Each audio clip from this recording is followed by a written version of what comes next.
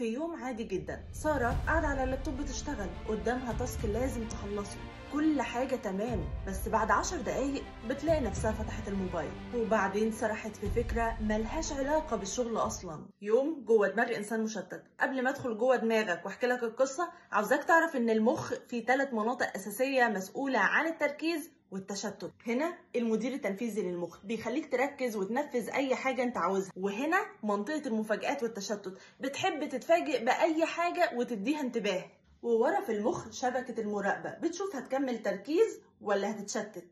يلا بينا نشوف ايه اللي حصل. في اللحظة اللي سارة بدأت فيها تشتغل، المدير التنفيذي قال لباقي الأقسام يلا يا جماعة نركز في المهمة دي، محدش يشغلنا بأي حاجة تانية. جت شبكة فورا تساعده وبدأت تنظم حركة العين على الشاشة وتركز الطاقة العقلية كلها في الشغل. بس فجأة جالها رسالة على الواتساب. هنا دخلت على الخط شبكة تانية، الشبكة اللي بتحب المفاجآت، فبدأت تقول استنى، ده في حاجة جديدة حصلت. المخ سمعها فحول الانتباه فورا من الشغل للرسالة، ودي أول شرارة التشتت. المفروض المدير التنفيذي يرجعها تاني للشغل، لكن في مشكلة، سارة مش نايمة كويس ومخها مجهد، فالمدير خلاص مش قادر يسيطر. هنا التحكم بيبدأ يقل ويسيب زمام القيادة. بمجرد ما سارة بدأت تفكر في الرسالة اللي جات لها، في شبكة اسمها DMN بدأت تشتغل. الشبكة دي بتحب تتخيل وتحلم وتفكر في الماضي والمستقبل، وهنا بدأت سارة تسرح.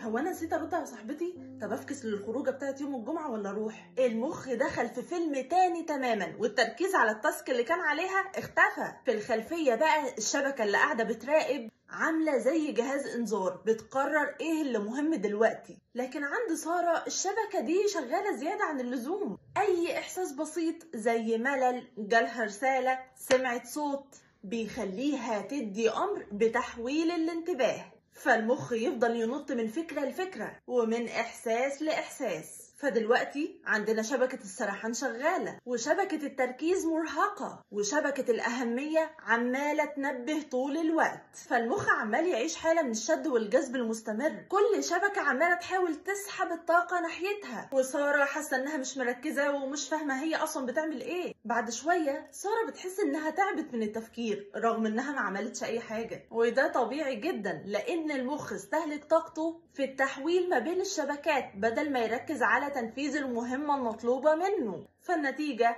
تعب وإحباط وتحس إن اليوم ضاع. الرسالة اللي عاوزة أوصلها لك من القصة دي إن التشتت مش كسل ولا ضعف إرادة، لكن نتيجة تداخل شبكات المخ لما تكون تعبانة ومرهقة ومضغوطة أو محفزة زيادة عن اللزوم. وعلشان تكسر الدايرة دي، ريح الفص الجبهي ده بالنوم الكويس، وقلل المحفزات، قلل الموبايل والنور الزيادة، وخد فترات راحة كل ساعة. ممكن تعمل قاعدة البومودورو، وحاول تعمل أنشطة كتير زي إنك تلعب رياضة. لو عجبكم الفيديو ده ما تنسوش اللايك والشير ووصلوه لأكتر عدد من الناس ممكن تستفيد منه، وقولي في الكومنتات هل بتحس بحالة التشتت دي عندك ولا لأ.